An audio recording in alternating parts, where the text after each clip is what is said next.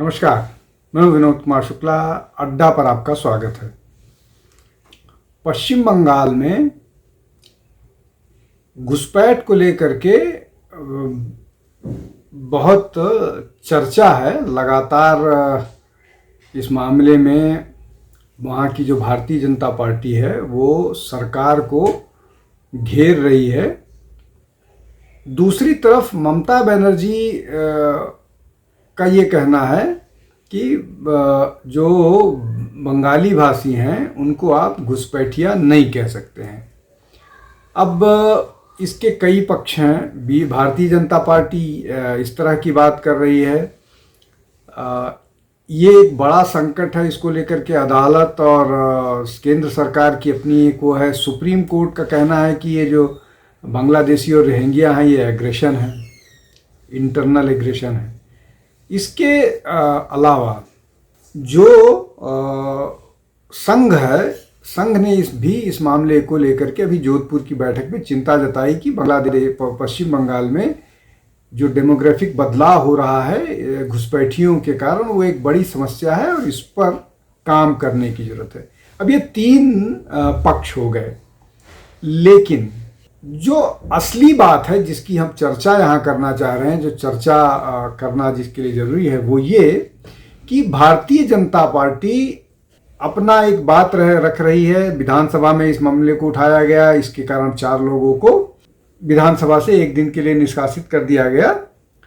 और इस मामले में भारतीय जनता पार्टी के एक नेता हैं जिन्होंने ये बात कही थी कि जो बांग्लादेशी घुसपैठिए हैं, रोहिंग्या और बांग्लादेशी, उनको जो है भारत जो है उनको छोड़ना पड़ेगा और जो हैं इनको आइडेंटिफाई करना पड़ेगा।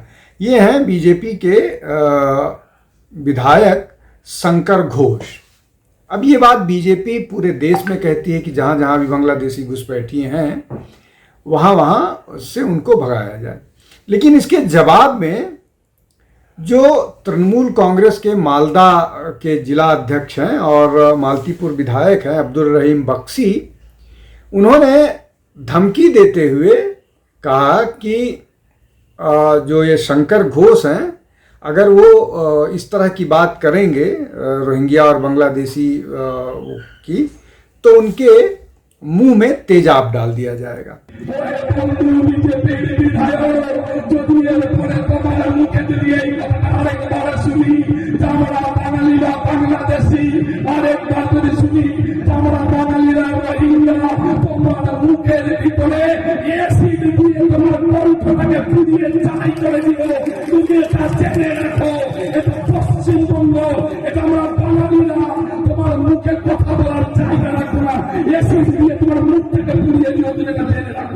अब इतनी भूमिका के बाद मैं बात इसलिए कर रहा हूं कि ये जो इस तरह के बख्शी जैसे एलिमेंट हैं तृणमूल कांग्रेस में, और वो 1-2 नहीं हैं, भरे पड़े हैं। और अब इन सब में किसी पर ममता बनर्जी का कंट्रोल नहीं रह गया है। ये सब अपने मनमानी करते हैं, इसलिए कि अभी कुछ दिन पहले ही ममता बनर्जी ने बात शुरू हुई थी शंकर घोष वाली। शंकर घोष ने जो रोहिंग्या 30 लाख लोग हैं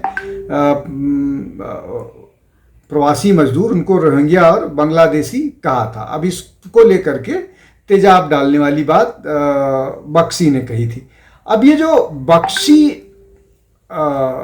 है ये इस तरह की बात करने के लिए मशहूर है। ये अक्सर इस तरह की बात करता रहता है। अब ये जो बख्शी साहब है अब्दुल रहमान बख्शी, इन्होंने कुछ साल पहले बीजेपी, सीपीएम और कांग्रेस कार्यकर्ताओं को के हाथ पैर काटने की धमकी दी थी। और ममता बनर्जी ने भी कुछ दिन पहले ही पार्टी के नेताओं को भड़काऊ भाषण देने से बचने के लिए कहा था और एक समीक्षा बैठक की थी जिसमें गैर जिम्मेदार बयान से छवि खराब होती है, इस तरह की बात कही थी। लेकिन ममता बनर्जी की चेतावनी कोई नहीं सुन रहा है।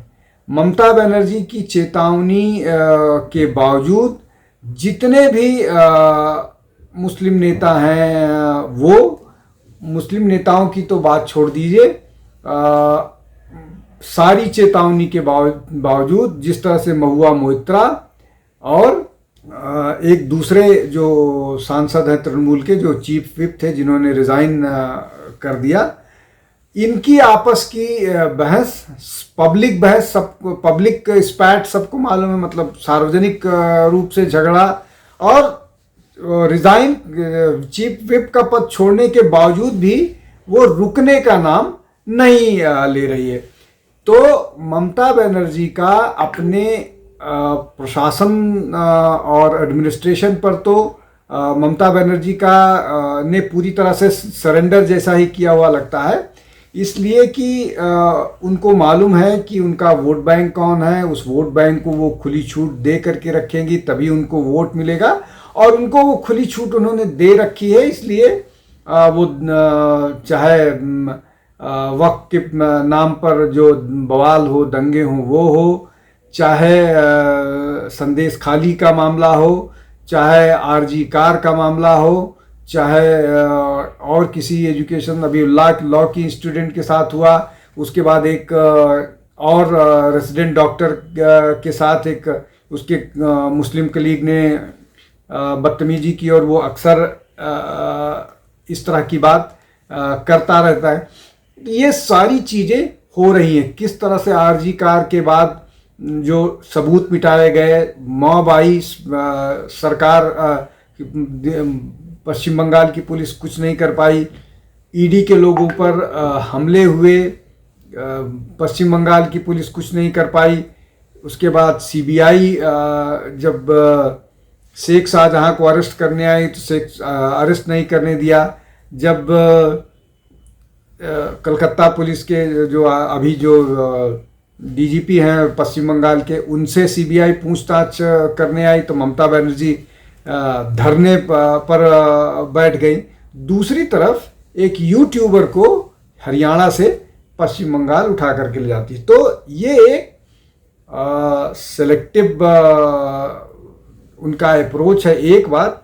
दूसरी बात ये कि बहुत सारी चीज़ों पर अगर वो मान लीजिए कि जैसे जो मुर्शिदाबाद में वक्फ कानून के बाद दंगे हुए थे, उसमें जो जुडिशियल कमेटी थी जिसने रिपोर्ट बनाई थी, उसमें जिन लोगों का नाम शामिल होने की बात उसमें कही गई थी, वो तृणमूल कांग्रेस के कार्यकर्ता थे। एक पूर्व काउंसिलर था और दूसरा एमएलए। लेकिन वहाँ पर पुलिस ने कोई कार्रवाई नहीं की और लोग डिस्प्लेस हो गए हैं और अपने घर वापस आने के लिए नहीं तैयार है। रिपोर्ट में सरकार की बहुत आलोचना हुई है, लेकिन ममता बनर्जी वहाँ जान रहे हैं कि अगर वो कुछ करेंगी भी तो वहाँ के जो लोकल हैं वो उनकी बात नहीं सुनेंगे। लेकिन चूँकि ये लोग वहाँ पर डेमोग्राफी बदलाव के बाद चुनाव जीत कर आते हैं, इसलिए वो तृणमूल कांग्रेस के साथ नजर आ रहे हैं। अब तृणमूल कांग्रेस के बहुत सारे नेता, चाहे वो पश्चिम बंगाल, चाहे वो कोलकाता में हो, चाहे मालदा में हो, इस तरह की बयानबाजी करते रहते हैं जो कई बार हिंदुओं के सेंटिमेंट को हर्ट करता हुआ नजर आता है। लेकिन ममता बनर्जी उसके बाद भी उस पर चुप्पी रहती हैं।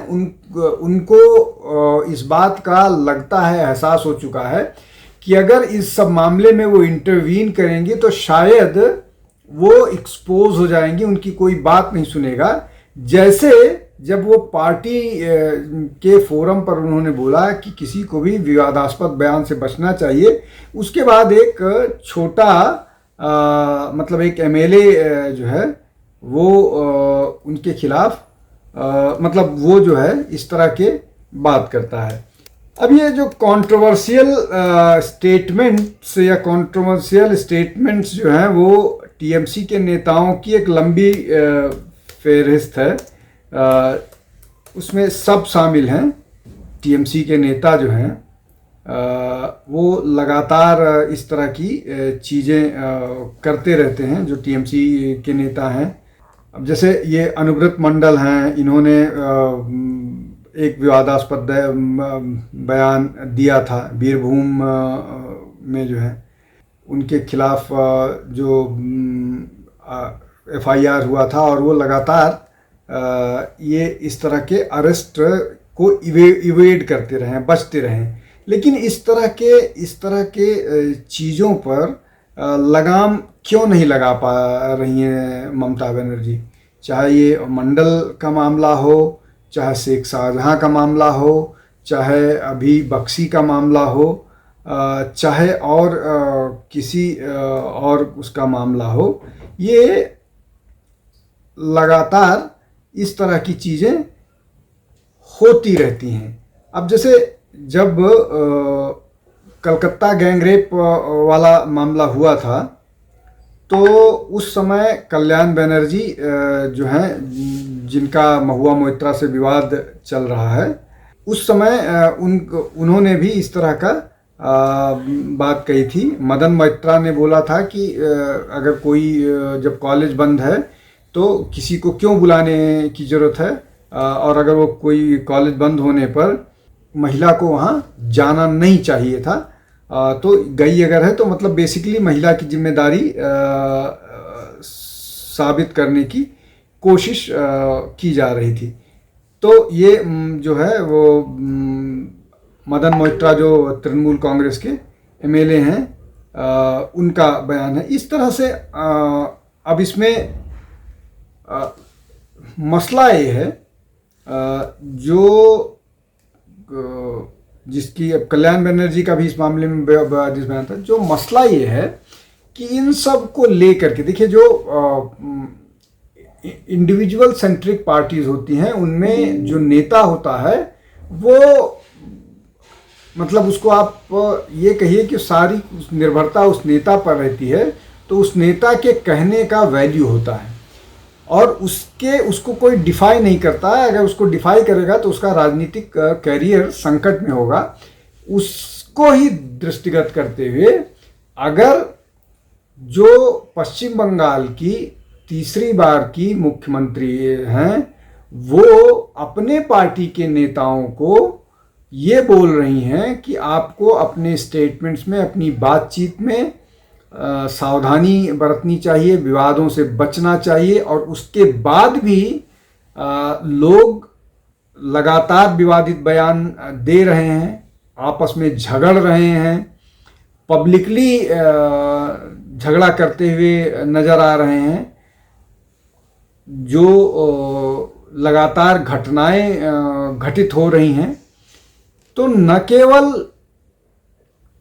बयान आ रहे हैं, प्रशासन में कुछ नहीं कर पा रही हैं, जो लगातार कम्युनल स्टेटमेंट्स मुस्लिम नेताओं की तरफ से आते हैं, पश्चिम बंगाल में हिंदुओं के खिलाफ आते हैं। इन सब पर ममता बनर्जी की चुप्पी ये बात की तरफ इशारा करती है कि शायद ममता बनर्जी को अब न उनके लीडर्स, उनकी पार्टी के नेता और प्रशासन भी पूरी सुनने के लिए तैयार नहीं है।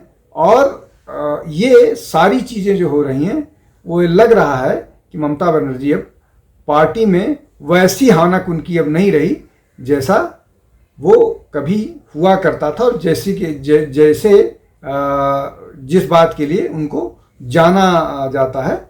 और इसके पीछे उनके भतीजे अभिषेक के साथ विवादों की भी एक महत्वपूर्ण भूमिका है, इसलिए कि एक बड़ा सेक्शन अब अभिषेक के साथ नज़र आता है और ममता के खिलाफ होता है। आज के लिए बस इतना ही। बहुत बहुत धन्यवाद। नमस्कार।